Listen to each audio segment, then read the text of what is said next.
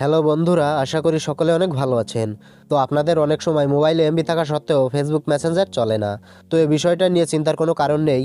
আমি এখন যে সেটিংগুলো দেখাবো, এই সেটিংগুলো ফলো করে কাজ করলে 100% গ্যারান্টি আপনার এই সমস্যার সমাধান হয়ে যাবে। তাই এই গুরুত্বপূর্ণ ভিডিওটির একটা জায়গাও না টেনে সম্পূর্ণ দেখবেন।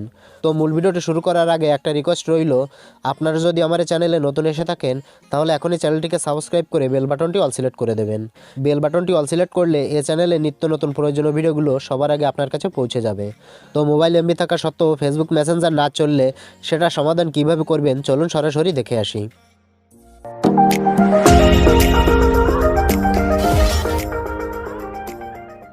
তো বন্ধুরা, মোবাইলে প্রচুর এমবি থাকা সত্ত্বেও ফেসবুক মেসেঞ্জার না চললে যেটা করতে হবে, সরাসরি আপনি আপনার মোবাইলে সেটিং অপশনে প্রবেশ করবেন।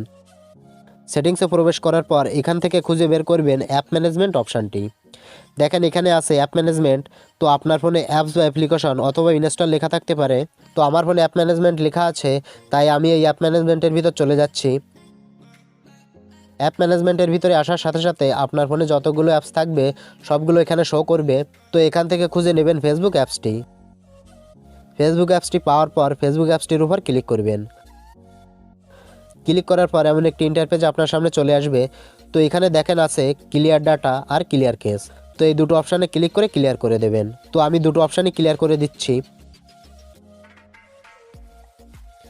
অপশান দুটো এভাবে ক্লিয়ার করার পর এখান থেকে ব্যাক করবেন। ব্যাক করার পর এখান থেকে মেসেঞ্জার অ্যাপসটি খুঁজে নেবেন।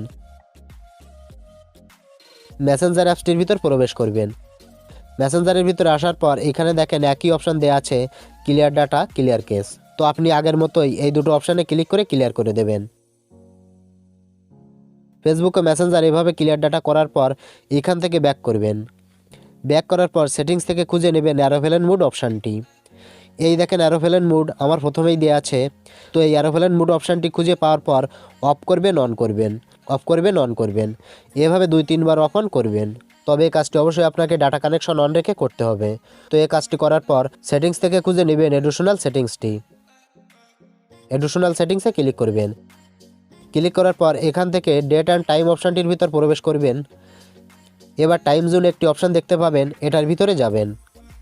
এবার এখান থেকে আপনার কান্ট্রিটা সেট করে নেবেন। আপনি যে দেশে থাকেন সেই দেশটা এখান থেকে সেট করে নেবেন।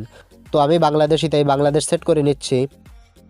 কান্ট্রি সেট করার পর এখানে দেখেন আছে automatically set date and time. এই অপশানটি যদি আপনার অফ করা থাকে তাহলে এটা অন করে দেবেন। এটা অন করার সাথে সাথেই অটোমেটিকই আপনার সঠিক ডেট অ্যান্ড টাইমটা সেট হয়ে যাবে। এই ডেট অ্যান্ড টাইম বেঠিক থাকার কারণে ইন্টারনেট চলে না, তাই অবশ্যই আপনার মোবাইলের সঠিক ডেট অ্যান্ড টাইমটা সেট করে নেবেন। তো সামান্য এই কাজগুলো করার পর আপনার মোবাইলের পাওয়ার বাটনে চেপে ধরে রিবোট অপশানে ক্লিক করে রিবোট করে নেবেন। তো আশা করি এই কয়টা কাজ করলেই আপনার সমস্যার সমাধান হয়ে যাবে। তবে যদি সমস্যাটা অনেক বেশি হয়ে থাকে তাহলে অবশ্যই কমেন্ট করবেন, আমি আপনার সমস্যার সমাধান নিজেই করে দেব। তো আজ এ পর্যন্তই, দেখা হবে আবারও পরবর্তী নতুন একটি ভিডিওতে।